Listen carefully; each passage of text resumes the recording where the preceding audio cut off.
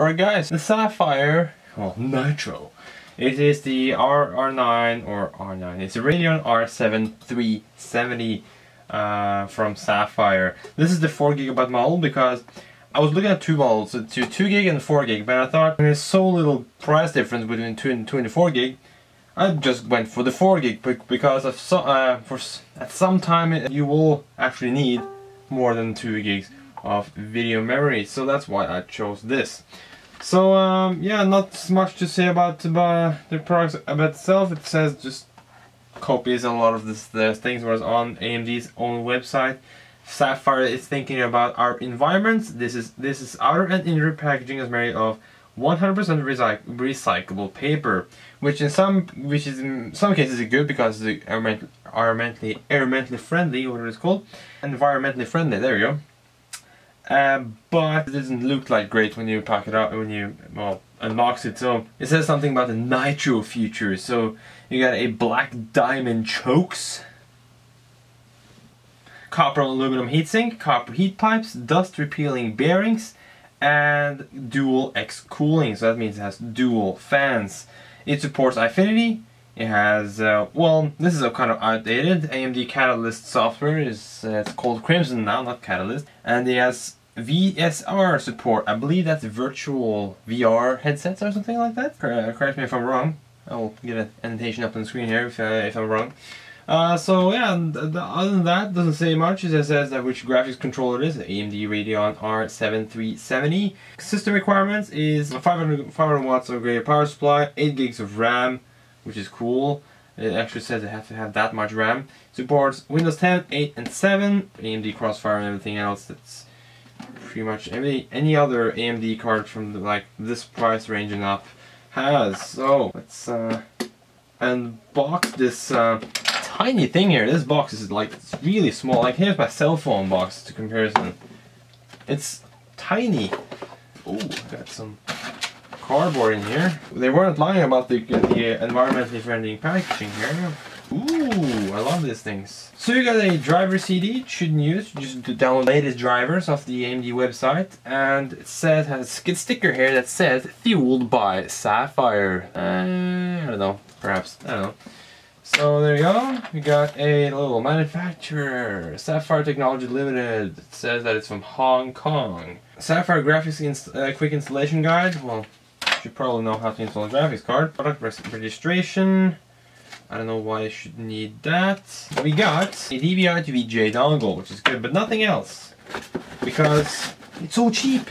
Don't need anything else. There you go. There's the card itself. Actually, it looks pretty decent, actually, in my mind. It has one 6-pin power connector at the back here. Seems it has soldering points for another one here, because I believe this is based on this shared the same PCB as on a other AMD Radeon card. It has a Crossfire finger here, one, so you can run up to 2 of these cards in Crossfire if you still want to do that. You got 2, which looks to be 92mm fans. Actually, that's not 92mm. Yeah, actually could be 92mm fans. Over a aluminum and copper heat pipe heatsink, which actually looks pretty good. It has it's decent size. It covers most of the card. It does not seems to get in contact with, oh, gets in contact with the memory as well as the GPU, which is good. The airflow is also directed over the VRM area and the capacitors, so they will stay nice and cool. So at the back here, you got a DVI here, another DVI here, which you can run that VGA adapter on. A HDMI, I believe it's a 1.4. And a normal full-size display port, because AMD stopped using the mini display ports. I don't know why, but they stopped using them. So we are back to the big ones, and you have to have a hub to, well, extend for more displays. I believe you can run up to 6 displays of this card with the hub. So yeah, other than that, not much to say. We got a little sticker on top of here. It says, well, Sapphire on that side and Sapphire on that side, and actually it does not look that bad. Look at that. So you can see it looks pretty good. At the top here, you see the Sapphire branding. You see the heatsink in there. Can't really see anything really. There you go. See the heatsink. The PCB is black, which is good. And there's your 6-pin power supply connector, and you got your output right there.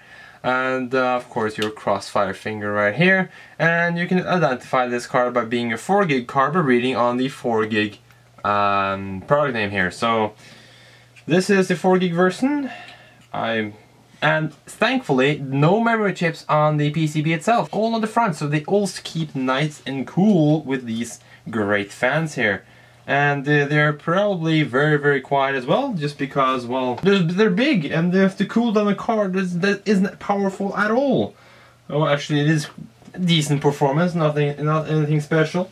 It stacks up there with the GTX 960. So if you have a experience with the previous edition 770, GTX 770, you probably know what you're dealing with here. So this is a 4 gig card, so the 770 also came as a 4 gig, I believe, I can't remember.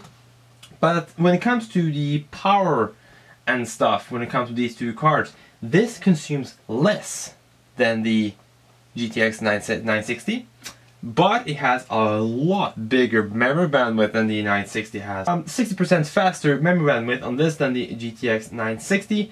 It has, well, it's slower when it comes to texel rate and pixel rate, about 16% slower. But other than that, I will say that it's a pretty good card. Right here they're testing actually the 2 gig cards. Let's see if we can find the 4 gig. Here we go. And it's the same story, and no difference whatsoever. So let's compare that to a 950. No, a 950 here. Compare. So GTX 950. So when it comes to the GTX 950, well, this poops on it. So it's right under the 960, but it's a lot higher than the 950. So you got something in between there. And I believe actually the cost isn't that different either. I'm gonna just take a little live tour here and see what is the cheapest 960 I can get for my monies. The cheapest 960 you can get is a 2 gig for, well, 1,990 kroner, and the 4 gig, Asus's 4 gig card is 2,290 kroner. The graphics card I bought, well, it cost 1,890 kroner, so it's actually cheaper than the 2 gig card of the GTX 960, so it's actually stacked right up where it should be. I would say this is a recommended product if you're on the budget. Of course, if you have more money, I will really strongly recommend you to go for something from the R9 series, or a GTX 970 or higher, because this will lack some performance in modern games. It won't run at highest settings.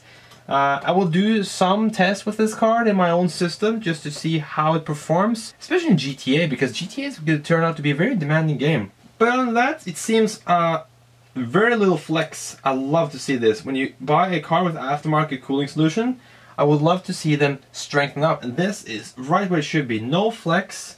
It feels solid. It feels great. It's actually pretty decent quality out of this build here. So great job, Sapphire. This is the first time you've impressed me in a long time from your well, non-reference cards. So yeah, great done, Sapphire, and thank you for watching this unboxing video of this well, great little inexpensive R7370 4 gig model. So stay tuned for more unboxing videos, and see you guys in another video.